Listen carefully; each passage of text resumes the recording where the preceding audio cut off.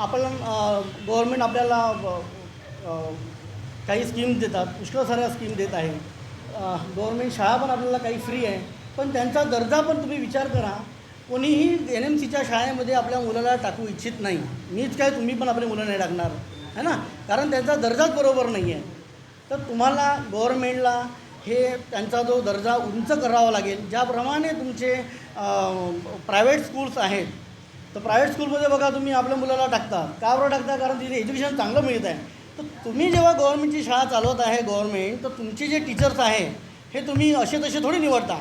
तुम्ही त्यांची एक्झाम घेता. म्हणजे तुम्ही 100 लोकातून एक निवडता आणि तो व्यक्ती असा असतो की जो सगळ्यात टॅलेंटेड असतो.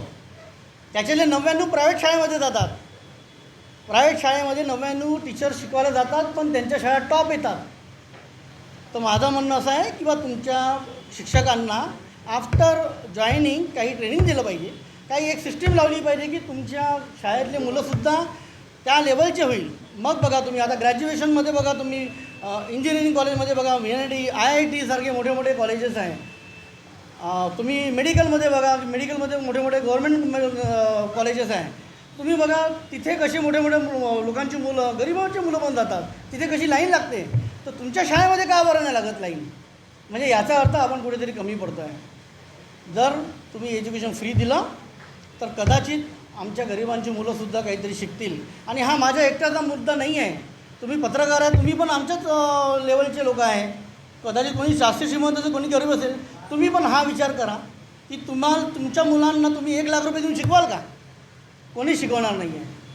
तर मला असं वाटते की हा मुद्दा उचलला पाहिजे आणि प्रत्येक पेपरमध्ये जर आला तर कदाचित गव्हर्मेंटमध्ये हा मुद्दा जाईल आणि याचा काहीतरी फायदा होईल. आपल्याच मुलांनासुद्धा तुम्ही विचार करा. 1 लाख रुपये फी भरायची म्हटलं तर कुठून आणायचे पैसे? हा प्रश्न पडतो है ना. सरकार कदाचित काही लोकांना 50% डिस्काउंट पण देते, पण ते 50% डिस्काउंट म्हणजे काय? 50,000 रुपये. खरंच शक्य आहे का?